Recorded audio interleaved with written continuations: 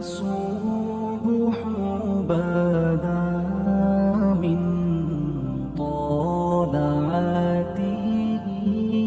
پھر حضرت نوح علیہ السلام اور ان کی قوم کے حالات بیان ہوئے کہ نوح علیہ السلام نے جب اپنی قوم کو توحید کی دعوت دی اور انکار پر عذاب الہی سے ڈرایا تو قوم کے سرداروں نے ان سے کہا، بھلا کیا کہا؟ کہنے لگے آپ تو ہم جیسے بشر ہیں، تو ہماری طرح ہی ہیں آپ، اور آپ کے پیروکار پسماندہ یعنی غریب لوگ ہیں اور کم عقل لوگ ہیں. ہماری رائے میں آپ کو معاذ اللہ ہم پر کوئی فضیلت حاصل نہیں، بلکہ معاذ اللہ ثم معاذ اللہ. کہنے لگے آپ تو جھوٹے ہیں، اللہ کے نبی کو کہہ رہے ہیں معاذ اللہ استغفر اللہ. نوح علیہ السلام نے جواب دیا کہ میں اپنے رب کی جانب سے واضح دلیل رکھتا ہوں اور اس نے مجھے رحمت سے نوازا ہے، لیکن تم میرے مقام کو سمجھنے کی صلاحیت نہیں رکھتے، تم اتنی صلاحیت رکھتے نہیں ہو. اور پھر ارشاد فرمایا کہ میں تم سے دعوت حق کے صلے میں کسی اجر کا طلبگار نہیں ہوں اور نہ ہی میں اہل ایمان کو اپنے پاس سے دھتکارنے والا ہوں، اور میں نے یہ دعویٰ بھی نہیں کیا کہ میرے پاس اللہ کے خزانے ہیں، اور نہ میں از خود غیب جاننے والا ہوں، اور نہ ہی میں یہ کہتا ہوں کہ میں فرشتہ ہوں، نہ میں یہ کہتا ہوں کہ جن لوگوں کو تم اپنی نظروں میں حقیر جانتے ہو اللہ انہیں خیر سے نہیں نوازے گا. فرمایا یہ ٹھیک ہے کہ اللہ بشروں میں سے رسول بناتا ہے، پر جسے بناتا ہے پھر اسے بڑی شانیں عطا فرماتا ہے. پہلے دن سے انسان کا یہ مسئلہ ہے، پہلے دن سے انسان کا یہ مسئلہ ہے کہ وہ کہتا ہے میں انسان سے ہدایت حاصل کروں، لیکن رب نے بھی قانون بنایا ہے کہ اللہ تبارک و تعالی بندے پر ہی وحی فرماتا ہے.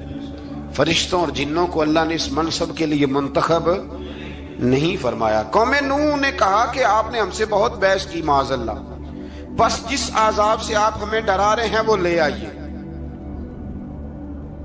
تو نوح علیہ السلام نے کہا کہ اللہ چاہے گا تو تم پر عذاب بھی آ جائے گا. آیت نمبر 37 سے 47 میں بتایا کہ اللہ تعالیٰ کی طرف سے نوح علیہ السلام کو حکم ہوا کہ ہماری نگرانی میں اور ہماری وحی کے مطابق آپ کشتی بنائیے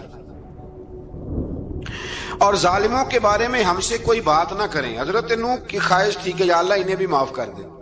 فرمایا یہ ظالم ہے تو میرے نبی ان کے بارے میں مجھ سے کوئی بات نہ کریں، وہ ضرور غرق ہو جائیں گے. پھر وہ کشتی بنانے لگے اور جب ان کی قوم کے سردار ان کے پاس سے گزرتے تو ان کا مذاق اڑاتے. یہ آپ کیا کر رہے ہیں؟ آج بھی وزیر مشیر بڑے بڑے لوگ اللہ ماشاءاللہ دینداروں کا مذاق اڑاتے نہیں؟ اڑاتے ہیں کہ نہیں اڑاتے مذاق؟ یہ کن کا طریقہ ہے؟ یہ تو قرآن مجید کہہ رہا ہے کہ حضرت نوح کی قوم جو کافر تھی ان کا طریقہ ہے اہل ایمان کا مذاق اڑانا. تو وہ مذاق اڑانے لگے. نوح علیہ السلام نے کہا کہ وہ وقت آنے والا ہے کہ جب تمہارا مذاق اڑایا جائے گا اور تمہیں پتہ چل جائے گا کہ رسوا کن عذاب کس پر آئے گا. اللہ تعالیٰ نے فرمایا جب ہمارا حکم عذاب آ پہنچا اور تندور ابلنے لگا، تندور سے آگ نکلا کرتی ہے، پانی نہیں نکلا کرتا، اور نوح علیہ السلام کی قوم پر جب عذاب آیا تو پانی تندور سے نکلا. تندور سے اللہ نے پانی نکالا، جہاں سے پانی نکلا نہیں کرتا. تندور ابلنے لگا. اللہ اکبر. تو اللہ تبارک و تعالیٰ نے فرمایا تو ہم نے نوح علیہ السلام سے کہا کہ آپ خود اور اپنے گھر والوں کے ساتھ اس کشتی میں سوار ہو جائیں اور اہل ایمان کو بھی سوار کر لیں اور ہر چیز کے جوڑے یعنی نر اور مادہ کو سوار کر لیں.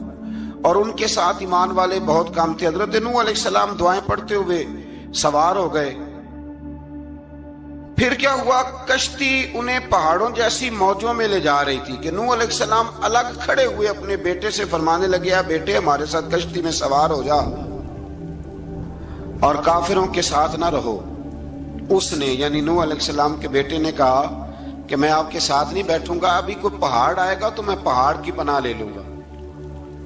اگر کسی نیک آدمی کا بیٹا کبھی غلط نکل آئے تو اس کا مطلب یہ نہیں کہ اس نے تربیت ٹھیک نہیں کی. ہاں یہ اعتراض چھوڑ دیں، اس لیے کہ نوح علیہ السلام کا بیٹا کافر ہو گیا اور جب سیلاب نظر آیا تو اس سے کہا کہ آجا سوار ہو جا، تو کہنے لگا میں نہیں بیٹھوں گا، میں تو کسی پہاڑ کی پناہ لے لوں گا اور میں اس کے اندر چھپ جاؤں گا اور وہ پہاڑ مجھے پانی سے بچا لے گا. نوح علیہ السلام نے کہا آج اللہ کے حکم کے سوا کوئی بچانے والا نہیں ہے سوائے اس کے جس پر اللہ رحم فرمائے۔ پھر ان دونوں کے درمیان موج حائل ہو گئی، ایسے ایک موج اٹھی اور حضرت نوح کا بیٹا ڈوب گیا۔ اور جب حضرت نوح کا بیٹا ڈوبا، اللہ کی طرف سے حکم ہوا اے زمین اپنا پانی نگل لے، اے آسمان تھم جا، اور پانی خوش ہو گیا۔ اللہ کا فیصلہ نافذ ہو گیا اور کشتی کوہ جودی پر ٹھہر گئی۔ نوح علیہ السلام نے اللہ سے التجا کی، کیا میرے پروردگار میرا بیٹا اور میرے اہل سے ہے، اور تیرا وعدہ سچا ہے کہ تم میرے اہل کو بچا لے گا۔ اللہ نے فرمایا نوح وہ آپ کے اہل میں سے ہے ہی نہیں، وہ آپ کے اہل میں سے ہے ہی نہیں۔ اہل میں سے وہ ہوگا جو آپ کے طریقے پہ چلے گا، جو طریقے پہ نہ چلے وہ نسل میں سے ہے ہی نہیں، وہ ختم ہو گئی بات۔ اللہ اکبر۔ اس کے اعمال ٹھیک نہیں، جس بات کی حقیقت کا آپ کو معلوم نہ ہو اس کے بارے میں سوال نہ کریں۔ تو نوح علیہ السلام نے اللہ تعالیٰ سے اپنی اس اجتہادی خطا پر مغفرت اور رحم کی دعا کی۔ پھر طوفان نوح تھم جانے کے بعد وہ سلامتی کے ساتھ اتر گئے۔ اجتہادی خطا میں نے ایک لفظ بولا ہے، یہ اجتہادی خطا کا مطلب یہ ہے کہ بعض اوقات انبیاء سے ایسی باتیں سرزد ہو جاتی ہیں کہ جو تعلیم امت کے لیے ضروری ہوتی ہیں، تاکہ لوگوں کو پتہ چل جائے کہ اللہ کی بارگاہ میں توبہ کیسے کرنی۔ اگر وہ لوگ توبہ نہ کرتے تو ہمیں توبہ کے طریقے سمجھ میں، یعنی ان سے اجتہادی خطا ہو گئی، کہنے میں کرنے میں کوئی ایسی بات ہو گئی جو بظاہر اللہ تعالیٰ کی رضا والی، تو فوراً معافی مانگ لیتے تھے۔ لیکن اب امتی اٹھ کے کہے کہ نبی گناہ گار ہے معاذ اللہ۔ حضرت آدم نے دعا مانگی تھی نا، ربنا ظلمنا انفسنا، اے اللہ ہم نے اپنی جانوں پر ظلم کیا۔ انہوں نے کہا تھا تو اگر کوئی بندہ حضرت آدم کو ظالم کہے گا تو کافر ہو جائے گا، تو اگر وہ کہے کہ وہ تو خود کہہ رہے ہیں، ایک بندہ اڑ جاتا ہے کہتے ہیں جو خود کہہ رہے ربنا ظلمنا، تو خدا کے بندے وہ اللہ کے نبی ہیں، وہ رب سے کہہ رہے ہیں، وہ عاجزی کے طور پر کہہ رہے ہیں۔ کچھ لوگ اڑ جاتے کہتے ہیں خود حضور نے کہا ہے جی انا بشر مثلکم، میں تمہاری طرح کا بشر ہوں، خود نبی پاک نے کہا ہے۔ عجیب بیوقوف بندے ہو، نبی کریم تو کہہ سکتے ہیں پر امتی اٹھ کے نہیں کہہ سکتا۔ اس نے تو کہنا ہے وہ حبیب اللہ ہے، اس نے تو کہنا ہے وہ قیامت میں شفاعت کرنے والے ہیں، امتی نے تو کہنا ہے وہ سارے نبیوں کے سردار ہیں، وہ امام الانبیاء ہیں۔ امتی وہ لفظ ادا کرے گا جو اس کے بنتے ہیں۔ اب کوئی بندہ اٹھ کے کہہ دے دیکھے نا، ایک بہت بڑا عالم تقریر کرتے ہوئے کہے جی میں تو ان پڑھ آدمی ہوں، تو اس کا شاگرد کہے کہ استاد جی قسم اٹھائے آپ نے تقریر میں کہا نہیں میں ان پڑھ ہوں، آپ تو ان پڑھ ہے۔ تو یہ بات ادب ہے کہ بے ادبی ہے؟ چلیں اس سے آگے چلتے ہیں، یہ بھی ذرا مشکل سے سمجھ میں آئے گی۔ ایک اور بات جو جلدی سمجھ میں آ جائے گی، ایم این اے جب اعلان کرتا ہے، تقریر کرتا ہے، الیکشن لڑتا ہے تو کہتا نہیں میں قوم کا خادم ہوں، کہتے ہیں نا کہ میں قوم کا خادم سے آپ کیا کچھ کراتے ہو؟ سارے کام کراتے ہیں نا۔ خادم کو بندہ یہ بھی کہہ لیتا ہے کہ جھاڑو دے دے گلی میں، کہتے ہو کہ نہیں کہتے؟ تو اس نے بھی تو سپیکر میں کہا میں خادم ہوں، کہو اس سے کہ جھاڑو دے گلی میں آ کے، پھر پتہ کیا حال ہوگا؟ جھاڑو تو نہیں آئے گا اور ہو سکتا ہے کچھ ہے آ جائے۔ تو اس لیے اب کوئی بندہ کہے جی انہوں نے خود کہا ہے، تو ایک کچھ پوری جماعت ہے لوگوں کی جو بات کو سمجھتی نہیں، کہتے ہیں خود کہا ہے میں بشر ہوں، انہوں نے خود کہا میں غیب نہیں جانتا، انہوں نے خود کہا میرے پاس خزانہ کوئی نہیں، انہوں نے خود کہا میرے پاس کوئی شے نہیں۔ تو اس لیے آپ سمجھیں کسی کے لفظوں پر اگر آپ گرا لگا کے بیٹھیں گے تو پھر اس سے بے ادبی ہوگی۔ تو نوح علیہ السلام نے اللہ سے اپنی اجتہادی خطا کی معافی مانگی۔ اب حضرت نوح کو کوئی خطا کار کہے گا تو بہت بڑا مجرم بن جائے گا، اس لیے کہ وہ اللہ کے نبی ہیں۔ آیت نمبر 50 میں قوم عاد کا ذکر ہے اور ان کی طرف دعوت توحید دینے کے لیے اللہ تعالیٰ نے حضرت ہود علیہ السلام کو بھیجا۔ ہود علیہ السلام نے قوم سے کہا کہ میں تم سے کسی چیز کا اجر طلب نہیں کروں گا، میرا اجر میرے اللہ کی بارگاہ میں ہے، بس تم اپنے رب سے بخشش مانگو، پھر اس کی بارگاہ میں توبہ کرو، اللہ تعالیٰ تم پر موسلا دار بارش برسائے گا اور تمہاری قوت میں اضافہ فرمائے گا۔ قوم عاد نے دعوت حق کو رد کیا اور ایمان نہ لائے، بلکہ ہود علیہ السلام پر طنز کیا۔ وہ کہنے لگے کہ ہمارے تو معبودوں نے، ہمارے بتوں نے معاذ اللہ آپ کو پاگل بنا دیا ہے، آپ کو مجنون بنا دیا ہے، الٹا حضرت ہود کو کہنے لگے، اس لیے آپ ایسی باتیں کرتے ہیں۔ ہود علیہ السلام نے کہا میں اللہ کو گواہ بناتا ہوں اور تم بھی گواہ رہنا کہ میں تمہارے شرک سے بری ہوں اور میں اللہ پر توکل کرتا ہوں اور میں نے رسالت کا حق ادا کر دیا ہے۔ آیت نمبر 58 میں اللہ تعالیٰ نے فرمایا جب ہمارے عذاب کا وقت آ گیا تو ہم نے اپنی رحمت سے ہود اور ان کے ساتھ مومنوں کو نجات عطا کی۔ قوم عاد نے اللہ کی نشانیاں اور رسولوں کو جھٹلایا اور دنیا اور آخرت میں لعنت کے حقدار ہوئے۔ آیت نمبر 61 میں پھر سے حضرت صالح علیہ السلام اور ان کی قوم سمود کے حالات کو بیان کیا گیا ہے۔ حضرت صالح نے کہا ہے میری قوم اللہ وحدہ لا شریک کی عبادت کرو، اس سے بخشش طلب کرو، اس کی بارگاہ میں توبہ کرو، اس نے تمہیں زمین سے پیدا کیا ہے، اس پر آباد کیا ہے۔ جواب دیا ہے صالح ہمارے آباء و اجداد کے معبودوں کی عبادت کو روکنے سے پہلے ہمیں آپ سے بڑی امیدیں تھیں اور اب آپ ہمیں روکنے لگ گئے ہیں باپ دادا کے دین سے، لیکن اب ہمیں آپ کی دعوت کے بارے میں شکوک ہیں۔ صالح علیہ السلام نے اپنی قوم سے کہا کہ یہ اللہ کی اونٹنی ہے اور یہ تمہارے لیے نشانی ہے، اسے چرنے کے لیے آزاد چھوڑ دو اور اسے تکلیف نہ دینا۔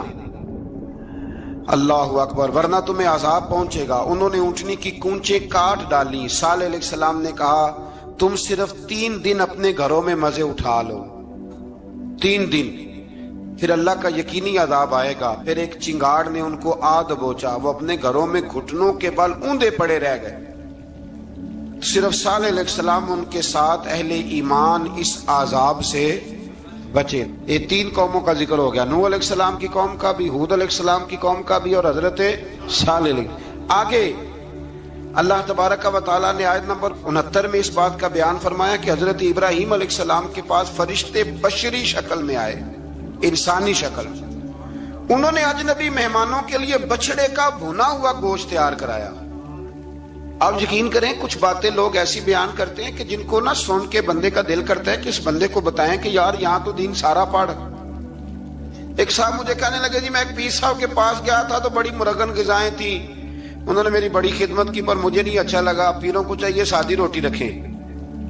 میں کہ تو پیراں واسطے لسٹ بنا خاں انہوں نے کس طرح نہ ہونا چاہیے۔ یہ بہت بڑی مصیبت ہے۔ اگر آپ سادہ کھانا کھلا دیں تب بھی اعتراض ہے، اچھا کھلا دیں کہنے رولا ہے کوئی پیر چوکھے مالدار، دونوں طرف سے مسئلہ۔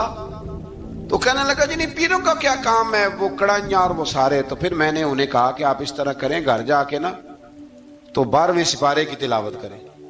حضرت ابراہیم نے اپنے مہمانوں کے لیے بھونا ہوا کھانا تیار فرمایا تھا۔ تو آپ کیا کہیں گے کہ حضرت ابراہیم درویش نہیں تھے؟ عجیب بات ہے بھائی، آپ ہر بات میں ہٹ جاتے ہیں۔ دین ہم نے وہ لینا ہے جو اللہ کا قرآن ہمیں دیتا ہے اور رسول اللہ کی حدیث ہمیں دیتی ہے۔ جب انہوں نے دیکھا کہ مہمان کھانے کی طرف ہاتھ نہیں بڑھا رہے تو ان کو ڈر محسوس ہوا۔ حضرت ابراہیم کو فرشتوں نے کہا کہ ہمیں قوم لوط علیہ السلام کے عذاب کے لیے بھیجا گیا ہے۔ حضرت ابراہیم کی بیوی کھڑی تھی، اس پر وہ مسکرائیں تو فرشتوں نے اللہ کی طرف سے انہیں حضرت اسحاق علیہ السلام اور اس کے بعد حضرت یعقوب علیہ السلام کی بشارت عطا۔ اسحاق علیہ السلام حضرت ابراہیم کے بیٹے ہیں اور یعقوب علیہ السلام پوتے ہیں، اور یعقوب علیہ السلام کے بیٹے یوسف علیہ السلام۔ ہاں اللہ اگر چاہے تو 7 نسلوں میں نبوت رکھ دیتا ہے اگر اس کی منشا ہو۔ تو حضرت یعقوب کی بشارت دی۔ انہوں نے حیرت سے کہا کہ ہم دونوں میاں بیوی تو بوڑھے ہیں، اس عمر میں اولاد کیسے ہوگی؟ تو فرشتوں نے جواب دیا اے ابراہیم کے گھر والوں، تم پر اللہ کی رحمتیں اور برکتیں ہوں، اللہ کی قدرت پر تمہیں کیوں تعجب ہے؟ اللہ فرماتا ہے کہ بیٹے کی بشارت سن کر ابراہیم کا خوف دور ہو گیا اور پھر وہ قوم لوط کے بارے میں گفتگو کرنے لگے۔ ابراہیم بہت بردبار، اللہ سے آہوزاری کرنے والے اور اس کی طرف رجوع کرنے والے تھے۔ اللہ تعالیٰ نے حضرت ابراہیم علیہ السلام کو فرمایا اے ابراہیم اس گزارش سے آپ گریزاں رہیں، اس کا یقینی فیصلہ ہو چکا ہے اور ان پر نہ ٹلنے والا عذاب نازل ہو کے رہے گا۔ وہ کیا گناہ کرتے تھے؟ لوط علیہ السلام کی قوم کو میں نے بتایا تھا، مرد مردوں سے بدفعلی کرتے۔ تو حضرت ابراہیم نے بھی عرض کی، بار بار گزارش کی، بحث کی کہ اللہ مہربانی فرما ان کا عذاب۔ آپ دیکھیں نبیوں کے حوصلے کتنے بڑے ہیں، قومیں تنگ کرتی ہیں اور طرح طرح کی باتیں کرتی ہیں اور پیغمبر پھر بھی کہتے ہیں یا اللہ مہربانی فرما، اے اللہ ان سے عذاب۔ آیت نمبر 77 میں حضرت لوط علیہ السلام کی قوم کی بدعمالیوں اور لوط علیہ السلام کے اپنی قوم کو بدعمالیوں کے باعث فرشتوں کی آمد، قوم کے بدعمال لوگوں کے دوڑ کر آنے اور حضرت لوط کو ان کے سمجھانے اور ان کے انکار پر مضطرب ہونے کا ذکر ہے، جس پر فرشتوں نے حضرت لوط کو تسلی دی کہ آپ فکر نہ کریں، ہم آپ کے رب کے فرشتے ہیں، یہ آپ اور ہم تک نہیں پہنچ سکیں گے۔ آپ رات کے آخری حصے میں قوم کی طرف توجہ کیے بغیر ہجرت فرما لیں، اس لیے کہ صبح کے وقت ان پر عذاب آئے گا۔ جب اللہ کا عذاب آیا تو اس نے بستی کے اوپر کے حصے کو نیچے کر دیا اور قوم لوط کے اوپر اللہ کی طرف سے لگاتار نشان زدہ پتھر برسائے گئے، لگاتار پتھر آئے۔ آیت نمبر 84 میں اللہ تعالیٰ نے حضرت شعیب علیہ السلام اور ان کی قوم کا ذکر فرمایا ہے اور ان کے جرائم کو بیان کیا گیا ہے۔ وہ ناپ تول میں کمی کرتے تھے، دوسروں کو چیزیں کم تول کر دیتے تھے۔ اللہ تعالیٰ نے ان سے فرمایا کہ فساد فی الارض سے باز آؤ اور اپنے سے پہلے سرکش امتوں کا انجام دیکھ لو۔ جب حضرت شعیب کی نصیحتوں کا ان پر اثر نہ ہوا تو پھر اللہ تعالیٰ نے انہیں بھی عذاب سے ہلاک کر دیا۔ آیت نمبر 94 میں فرمایا کہ جب ہمارا عذاب آیا تو ہم نے اپنی رحمت سے حضرت شعیب اور ان پر ایمان لانے والوں کو بچا لیا، اور ظالموں کو ایک زبردست چنگاڑ نے پکڑ لیا تو صبح وہ اپنے گھروں میں اوندے منہ پڑے تھے، گویا وہ کبھی وہاں آباد تھے ہی نہیں۔ آیت نمبر 96 میں حضرت موسیٰ علیہ السلام کو عطا کیے جانے والے 9 معجزات کا ذکر ہے۔ پھر فرعون اور اس کے پیروکاروں کے باطل روش کے باعث ان کی ہلاکت کا بھی ذکر فرمایا، اور دنیا اور آخرت میں انہیں ملعون یعنی لعنتی قرار دیا۔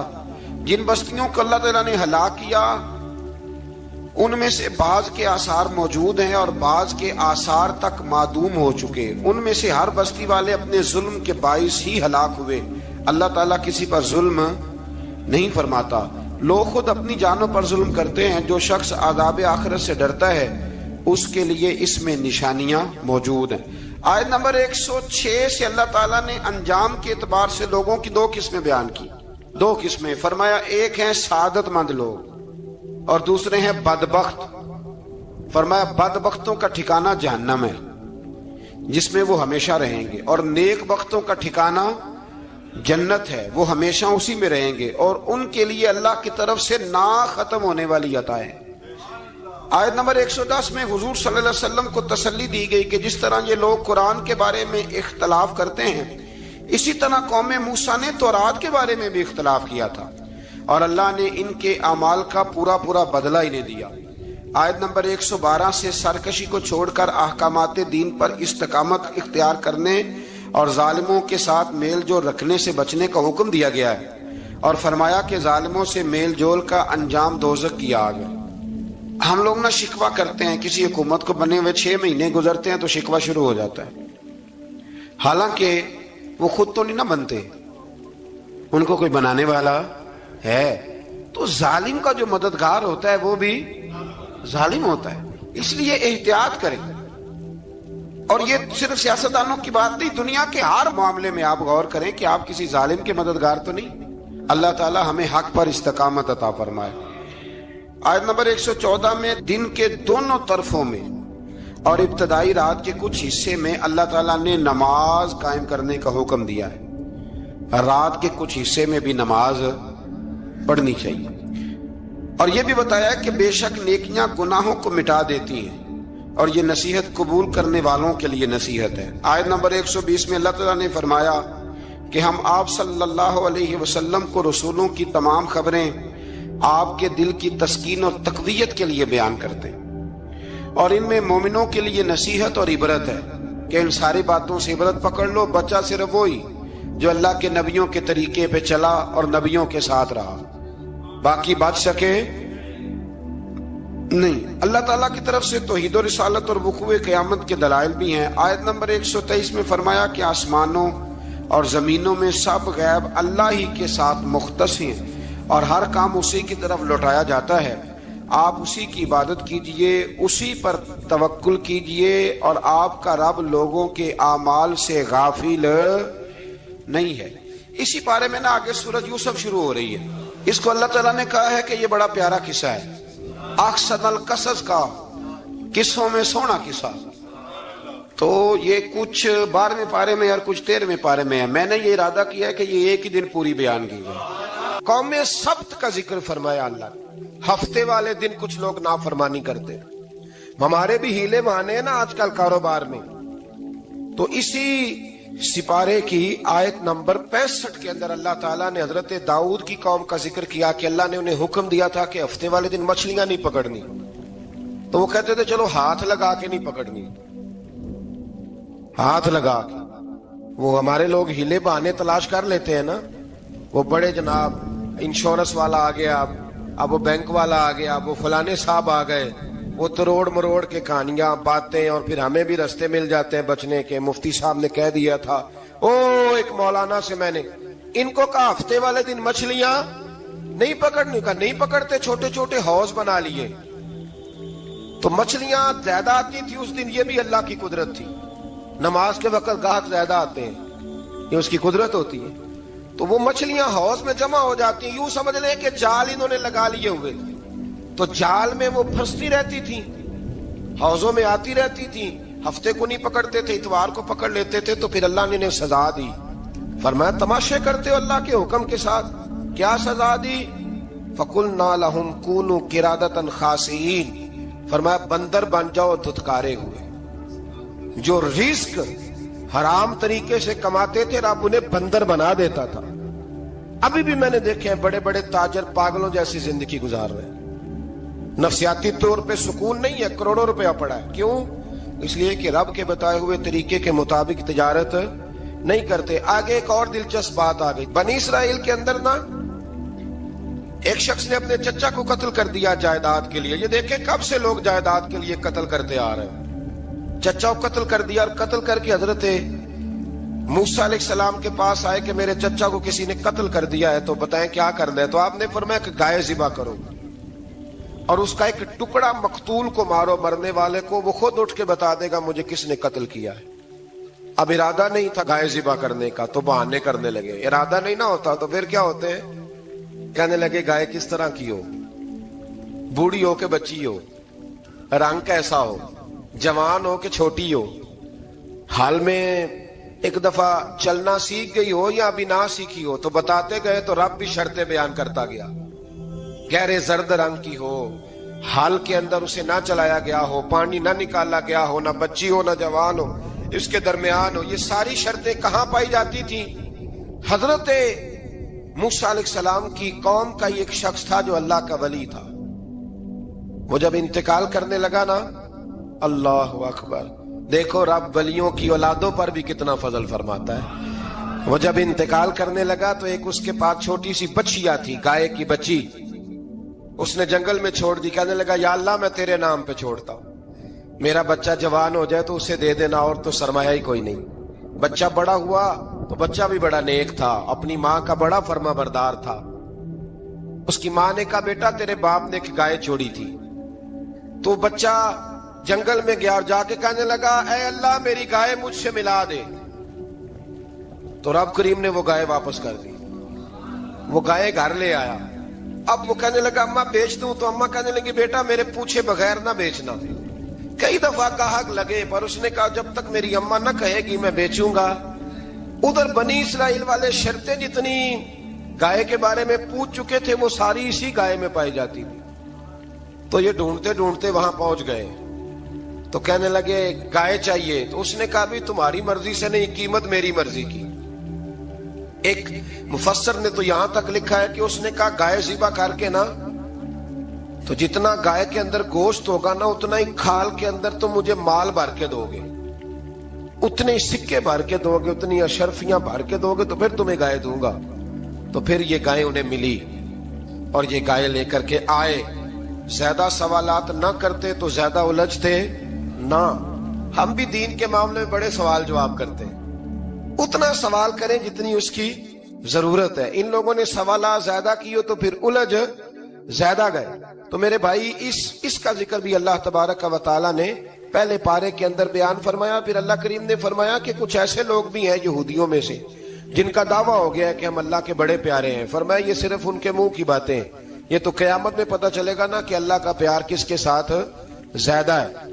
اور پھر یہ بھی یہودیوں نے دعویٰ کیا ہے. اسی پارے میں اللہ فرماتے ہیں کہ ان کا دعویٰ ہے کہ ہم اللہ کے بڑے پیارے ہیں, جنت میں ہم ہی جائیں گے. تو اللہ فرماتے ہیں پھر مرنے کی دعا تو کرو.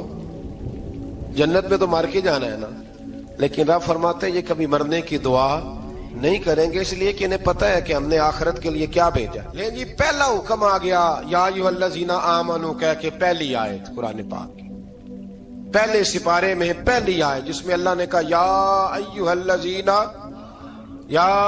الذین آمنوا، تو پہلا حکم آمنوا کہہ کے آیت نمبر 104 میں جو اللہ نے حکم دیا ہے نا، وہ نبی پاک کی تعظیم کا حکم ہے۔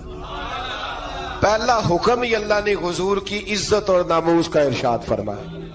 پہلا اس ترتیب کے لحاظ سے وہ ہوا یہ کہ جب نبی پاک کو بات ارشاد کرتے تو صحابہ کرام اٹھ کے عرض کرتے رائینا یا رسول اللہ، حضور سمجھ نہیں آئی ذرا رعایت کر دے۔ تو یہودیوں کی عبرانی زبان کے اندر نہ ذرا کھینچ کے پڑھتے تھے رائینا، تو اس کا معنی بنتا تھا معاذ اللہ اے ہمارے چرواہے، بکریاں چرانے والے کو بھی وہ رائینا کہتے تھے۔ تو جب صحابہ یہ کہنے لگے تو اللہ نے منع ہی کر دیا، فرمایا میرے محبوب کے غلاموں، اس لفظ کے پیچھے چھپ کے، اس لفظ کے پیچھے چھپ کے لوگ میرے نبی کی بے ادبی کر جاتے ہیں، تو جس لفظ کا کوئی ایک معنی بے ادبی والا بنتا ہو وہ لفظ بھی میرے نبی کے لیے نہ کہو، لفظ وہ والے کہو جس میں کوئی بے ادبی کا معنی نکلے نہ۔ یہاں لوگوں نے بڑے بڑے لفظ نہیں بول دیے، پھر کہتے میرا مطلب یہ تھا، میرا مطلب وہ تھا، تو نے وہ لفظ بولا کیوں جس کا کوئی غلط مطلب بھی نکل سکتا تھا۔ اللہ نے فرمایا یا ایھا الذین آمنوا لا تقولوا رائینا، اے ایمان والو رائینا کہو ہی نہ۔ تو یا اللہ کیا کہیں؟ فرمایا وقولوا انظرنا، تم کہو یا رسول اللہ ایک نظر فرمائیے، انداز دیکھیے، انظرنا ایک نظر۔ تو ہمارے بزرگ تو پہلے ہی بڑے پیار والوں نے کہہ دیا یا رسول اللہ انظر حالنا، کہتے کہاں سے لاتے ہو جملے؟ میں نے کہا اللہ کی کتاب سے، یا رسول اللہ انظر حالنا یا حبیب اللہ اسمع قالا، تو تم کہو انظرنا محبوب نظر کرم کرے، واسمعوا، اور کیا ضرورت ہے دوبارہ پوچھنے کی؟ اللہ کہتا ہے پہلے ہی دھیان سے سنا کرو، پہلے ہی واسمعوا، پہلے ہی احتیاط سے سنو، وللکافرین عذاب علیم، اور کافروں کے لیے دردناک عذاب ہے۔ لے جی اسی پارے میں اللہ تبارک و تعالیٰ نے پھر اہل یہود کا ذکر کیا، تو یہود کہنے لگے کہ ہم حضرت ابراہیم کے ماننے والے ہیں، تو اللہ کریم نے وہ بھی ذکر کیا کہ میں نے تو ابراہیم کو آزمایا ہے، وَإِذِ ابْتَلَىٰ إِبْرَاهِيمَ رَبُّهُ بِكَلِمَاتٍ فَأَتَمَّهُنَّ، ہم نے ابراہیم کو کچھ چیزوں سے آزمایا ہے، وہ ہماری آزمائش پہ پورے اترے۔ قَالَ إِنِّي جَاعِلُكَ لِلنَّاسِ إِمَامًا، تو پھر ہم نے انہیں کہا کہ ہم آپ کو پوری دنیا کا امام بنائیں گے۔ وہ آزمائش کیا تھی؟ آگ میں جانا بھی آزمائش، بیٹے کا نہ ہونا بھی آزمائش، بیٹا ہوا تو پھر اسے وادی غیر ذی زرع ان میں چھوڑ کے آنا بھی آزمائش، بڑا ہوا تو پھر ذبح کرنا بھی آزمائش۔ فرمایا جہاں جہاں آزمایا ہے نا، ابراہیم ہماری آزمائش میں پورے اترے۔ فرمایا تم مفت میں حضرت ابراہیم کی اولاد بنتے ہو اور ان کا نام لیتے ہو اور ان کے ساتھ اپنا تعلق بناتے ہو، دیکھو تو صحیح وہ کتنی آزمائشوں سے گزرے۔ تو اس کا بھی اللہ نے اسی میں ذکر فرمایا۔ اور پھر وہ بات کرتے تھے حضرت یعقوب کی اور حضرت اسحاق کی، تو فرمایا وہ تو ہمارے اتنے خاص بندے تھے کہ وصال کا وقت بھی انہوں نے اپنی اولادوں کو نصیحت فرمائی تھی کہ اللہ کی توحید پہ قائم رہنا، اس کا ذکر بھی اللہ نے اسی پارے میں بیان فرمایا۔ اور جو حضرت ابراہیم اور جناب اسماعیل نے کعبہ تعمیر کیا تو اس کا ذکر بھی اللہ تعالیٰ نے اسی بارے میں فرمایا۔ فرمایا جب وہ کعبہ بنا رہے تھے تو کہہ رہے تھے ربنا تقبل منا، کہہ رہے تھے اے اللہ بنا ہم نے دیا ہے پر مہربانی فرما ہم سے قبول فرما لے۔ تو جو آیہ کریمہ آخر میں عرض کرنا چاہتا ہوں اس پر بھی تھوڑی توجہ فرمائیں گے تو بات بڑی نکھر کے باہر آئے گی۔ یہ 16ویں رکوع کے اندر اللہ نے پھر یہود کا اور عیسائیت کا ذکر فرمایا، تو اللہ کریم نے ایک بات ارشاد فرمائی، یہودیوں کے ہاں جب کوئی بچہ پیدا ہوتا تھا پیلے رنگ کے ساتھ اس کو رنگتے تھے، یا کوئی خاص رنگ تھا ان کا، بچہ پیدا ہوتا تو اس پر وہ رنگ چڑھاتے کہ یہ جی ہمارے مذہب کا رنگ ہے۔ ہمارے ہاں بھی رسمیں ہیں نا اپنی اپنی، معاذ اللہ اپنی اپنی نہیں ہونی چاہیے، اللہ رسول کا حکم ہونا چاہیے۔ تو یہودیوں کے ہاں بچہ پیدا ہوتا تو ایک خاص رنگ چڑھاتے، عیسائیوں کے ہاں پیدا ہوتا تو وہ بھی ایک خاص رنگ چڑھاتے۔ تو مسلمانوں کے ہاں بچے پیدا ہوئے تو انہوں نے بھی توجہ کی کہ یہ کیا ہو رہا ہے، تو رب کریم نے فرمایا صبغۃ اللہ، رنگ اللہ کا ہی ہے، ومن احسن من اللہ صبغا، اور فرمایا اللہ کے رنگ سے زیادہ خوبصورت کس کا رنگ ہو سکتا ہے؟ اللہ کا رنگ کیا ہے؟ لا الہ الا اللہ محمد الرسول اللہ صلی اللہ علیہ، فرمایا نیلے پیلے کالے رنگ نہ چڑھاؤ، اپنے ذہن پر توحید و رسالت کا رنگ چڑھاؤ، یہ سب سے بہترین رنگ ہے۔ اگر تمہارے ذہنوں پر رب رسول کی توحید کا رنگ چڑھ گیا تو یہ وہ والا رنگ ہے، پھر تمہیں کسی اور رنگ کی طرف جانے کی ضرورت نہیں پڑے گی۔ تو فرمایا رنگ وہ پیدا کرو جو توحید کا ہے، رسالت کا ہے، اس رنگ کی توجہ کرو۔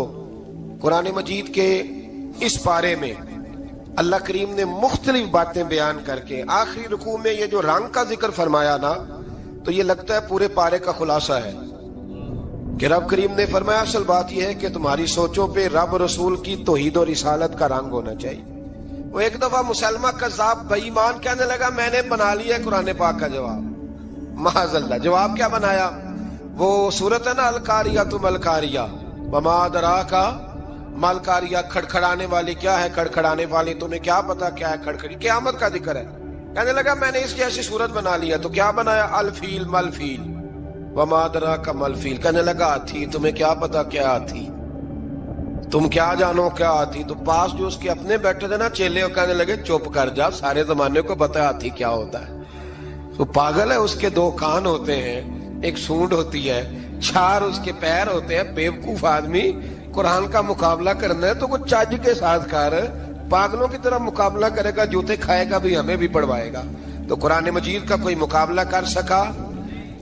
تو اس آیہ مبارکہ میں اللہ نے کافروں کو یہ کہا اگر مقابلہ نہیں کر سکتے تو پھر اللہ سے ڈرو، ورنہ دوزخ میں ڈالے جاؤ گے، وہ جس کا ایندھن آدمی اور پتھر ہے، اور بنائی بھی کافروں کے لیے گئی ہے۔ اعدت للکافرین، جہنم کس کے لیے بنائی گئی ہے؟ کافروں اور منافقوں کے لیے۔ مسلمانوں کے لیے بنائی گئی، مسلمان مرضی سے چھلانگے لگائیں تو ان کی موج ہے، ورنہ ان کے لیے جہنم، ان کے لیے اللہ نے جنت بنائی ہے۔ اور یہ بات کرتے ہی رب کریم نے فرمایا اے محبوب علیہ الصلوۃ والسلام، مومنوں کو خوشخبری دے دیں کہ اللہ نے ان کے لیے جنت بنائی ہے، اس میں باغات ہیں، انہیں رزق دیا جائے گا کھانے کے لیے، اور اس میں انہیں پاکیزہ بیویاں دی جائیں گی، اور پھر وہ اس میں ہمیشہ رہیں گے، انہیں اس سے نکالا نہیں جائے گا۔ آگے جو آیات کریمہ ہے نا، اس کے اندر اللہ تبارک و تعالیٰ نے فرمایا ہے کہ اللہ حیا نہیں کرتا سمجھانے کے لیے مچھر کی مثال بھی دینی پڑے۔ فرمایا قرآن سے کچھ لوگ ہدایت حاصل کرتے ہیں اور کچھ گمراہ ہو جاتے ہیں۔ جب لوگ اپنی مرضی کی تشریحات چاہتے ہیں تو گمراہ ہوتے ہیں، اور جب قرآن کو رسول اللہ صلی اللہ علیہ وسلم اور امت مسلمہ کی تشریحات کی روشنی میں سمجھتے ہیں تو پھر اللہ ہدایت عطا فرماتا ہے۔ پھر اللہ تبارک و تعالیٰ نے آگے ارشاد فرمایا حضرت آدم کی پیدائش کا واقعہ۔ کچھ مفسرین نے لکھا اللہ نے مشورہ کیا تھا فرشتوں سے، وَإِذْ قَالَ رَبُّكَ لِلْمَلَائِكَةِ إِنِّي جَاعِلٌ فِي الْأَرْضِ خَلِيفَةً، لیکن کچھ مفسرین کہتے ہیں کہ اللہ کو ضرورت نہیں فرشتوں سے مشورہ کرنے کی، اللہ نے فرشتوں سے مشورہ نہیں کیا، بلکہ رب نے انہیں آگاہ فرمایا تھا کہ میں لگا ہوں زمین پہ اپنا نائب بنانے، میں خلافت دینے لگا ہوں زمین پہ۔ اب یہ تو دینے والی کی مرضی ہے نا، اس نے کس کو دینی ہے، یہ تو دینے والے کی مرضی ہے نا، اس نے۔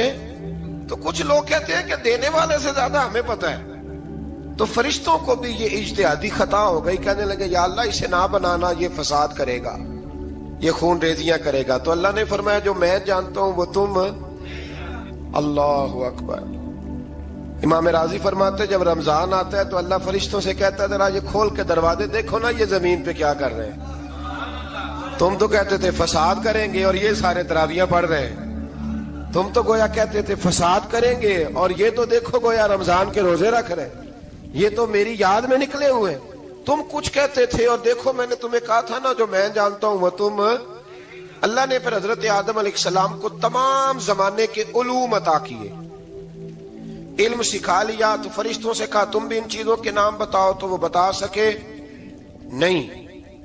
اللہ نے فرمایا اب اس طرح کرو آدم کو سجدہ کرو، سب نے سجدہ کیا سوائے، وہ کہنے لگا یا اللہ صرف تجھے ہی کرنا ہے، کرنا بھی صرف اللہ کو چاہیے، پر رب کے آگے بھی جھکنا چاہیے، اور جس کے سامنے رب جھکائے نا وہاں بھی۔ اور یہ جو عاجزی ہے نا، یہ جو جھکنا ہے یہ علم کے آگے ہے، ہماری مصیبت یہ ہے کہ ہم علم کے آگے بھی گردن جھکانے کو تیار نہیں ہوتے، وہاں بھی ہم خود عالم فاضل بن جاتے ہیں۔ تو فرمایا کہ سب سے کہا سجدہ کرو، سب نے سجدہ کیا سوائے ابلیس کے، تو پھر ہوا کیا؟ وکان من الکافرین، وہ کافروں میں سے ہو گیا۔ پھر اللہ نے حضرت آدم کو اور جناب حوا کو نا مقام دے دیا جنت میں رہنے کے لیے، اور کہا سارا کچھ کھانا، درخت کے قریب نہ جانا۔ ابھی آپ کسی سے کہہ دیں تھوڑا سا تو پیچھے نہ دیکھنا، یعنی اگر میری سمجھ لیں ادب کی وجہ سے کوئی 1.5-2 منٹ یا 6 منٹ نہیں بھی نہ دیکھے گا تو سوچے گا ضرور کہ پتہ نہیں اب پیچھے کیا ہے، مصیبت کیا ہے۔ یعنی آپ کہہ کے دیکھ لیں کسی کو، پیچھے نہ دیکھنا، فطرت ہے نا انسان کی، وہ جستجو کرتا ہے، کہا اس درخت کے پاس نہ جانا۔ تو حضرت حوا سلام اللہ علیہ کہتے ہیں دل میں خیال رہتا تھا کہ آخر ہے کیا درخت کے پاس۔ یہی انسان کا عقیدہ توحید ہے کہ جہاں سے رب منع کر دے وہاں وہ منع ہو جائے، اور یہ ان کی خطا نہیں تھی، یہ اللہ کی حکمت تھی، چونکہ رب نے تو پہلے کہہ دیا تھا بنایا ہی زمین کے لیے، تو یہ تو سارا کچھ ہونا تھا تو زمین پہ آنا تھا نا۔ تو حضرت حوا اور جناب آدم کے پاس شیطان آیا، اب اس کو نکال تو دیا تھا پر ابھی اس کا جنت میں آنا جانا بند نہیں ہوا تھا، یہ بھی اللہ کی حکمت تھی۔ تو وہ کہنے لگا تمہیں پتہ ہے بعد میں مر جاؤ گے؟ تو حضرت حوا کہنے لگی کیا موت بھی آئے گی؟ کہاں، اس کی تکلیف بھی بڑی ہوگی، تو پھر بچیں گے کیسے؟ تو کہنے لگے پھل کھا لو اس درخت کا، تو بچنے کے لیے پھل کھایا تھا۔ اس طرح لوگ آج بہت سارے کام بچنے کے لیے کرتے ہیں پر بچ سکتے، بچنے کے لیے پھل کھایا تو اللہ نے فرمایا زمین پہ چلے جاؤ۔ تو حضرت آدم زمین پہ آئے، پھر کئی 100 سال روتے رہے۔ فَتَلَقَّى آدَمُ مِن رَبِّهِ کَلِمَاتٍ، تو پھر اللہ نے خود ہی جناب آدم کو کچھ کلمے سکھائے۔ علامہ اسماعیل لکی فرماتے ہیں وہ کلمے یہ تھے کہ حضرت آدم نے میرے نبی کا وسیلہ پیش کیا، اللہ کریم نے جناب آدم کی دعا کو مقبول فرما لیا۔ پھر آگے بنی اسرائیل کا ذکر آ جاتا ہے۔ اللہ تعالیٰ نے بنی اسرائیل، آج آپ اسی قوم کو یہودی کہتے ہیں، ان کو اللہ نے اس زمانے میں فضیلت عطا کی تھی بہت زیادہ۔ تو عرب کے اندر جب نبی پاک علیہ السلام نے اعلان نبوت کیا تو کچھ لوگوں نے یہ کہہ دیا کہ اگر یہ یہودی کلمہ پڑھ لیں گے تو ہم بھی پڑھ لیں گے۔ تو پھر اللہ نے انہیں یاد کرایا کہ تم اصل میں کیا ہو، تمہیں کلمہ پڑھنا چاہیے۔ تو اہل یہود کا تذکرہ کرتے کرتے رب کریم نے ایک بات یہ بھی ارشاد فرمائی کہ تم لوگوں کو تو کہتے رہے ہو کہ وہ نبی آنے والے ہیں، وہ نبی آنے والے ہیں، اور جب آ گئے ہیں تو ماننے کو تیار نہیں ہو۔ تو فرمایا تأمرون الناس بالبر وتنسون انفسکم وانتم تتلون الکتاب، لوگوں کو بھلائی کا حکم دیتے ہو اور اپنے آپ کو بھول جاتے ہو، افلا تعقلون، تمہیں عقل نہیں؟ پھر اللہ نے انہیں یہ بھی یاد کرایا کہ یاد کرو وہ زمانہ کہ جب فرعون نے خواب دیکھ لیا تھا کہ کوئی بچہ اس کی سلطنت کو تباہ کرے گا، تو پھر اس نے تمہارے بچوں کو ذبح کرانا شروع کیا اور تمہاری بیٹیوں کو چھوڑتا تھا۔ فرمایا یہ بھی تو تم نے دیکھا، میں نے تمہیں پھر تم سے کہا جہاد کرو قوم عمالقہ کے خلاف، تو مقام طیہ میں جا کے یہ لوگ کہنے لگے ہم سے جہاد نہیں ہوتا۔ اللہ نے انہیں ایک میدان میں قید کر دیا۔ بڑی دلچسپ بات، قید تو لوگ ہوتے ہیں نا چار دیواری میں، تو اللہ نے بنی اسرائیل والوں کو جب انہوں نے کہا ہم جہاد نہیں کریں گے تو اللہ نے میدان میں قید کر دیا۔ میدان میں، یہ یاد رکھیں، جب انسان اللہ کی نافرمانی کرتا ہے تو اسے ایسی قید ملتی ہے جس کا اس نے تصور بھی نہیں کیا ہوتا۔ ایک میدان ہے مقام طیہ، قید ہو گئے، سارا دن سفر کرتے تھے، سارا دن، تو رات کو تھک کے سوتے تھے، صبح اٹھتے تھے نا جب، تو وہیں ہوتے تھے جہاں کل صبح چلے تھے۔ تو رب جب کسی کو قیدی بناتا ہے تو اسے زنجیروں کی، سلاخوں کی ضرورت ہے۔ دعا فرمائے اللہ تبارک و تعالی غموں سے نجات عطا فرمائے، یہ دعا فرمائے۔ ایسی قید دیتا ہے کہ جس سے پھر چھٹکارا ہو سکتا۔ تو بنی اسرائیل کا بہت زیادہ تذکرہ اس بارے میں اللہ تبارک و تعالی نے پھر بیان کیا، اور پھر کہا کہ انہیں جو حکم دیا جاتا تھا یہ اس کی سرتابی کرتے تھے، پھر اللہ نے ان پر ذلت نازل کر دی اور یہ ہمیشہ اس کا شکار ہے۔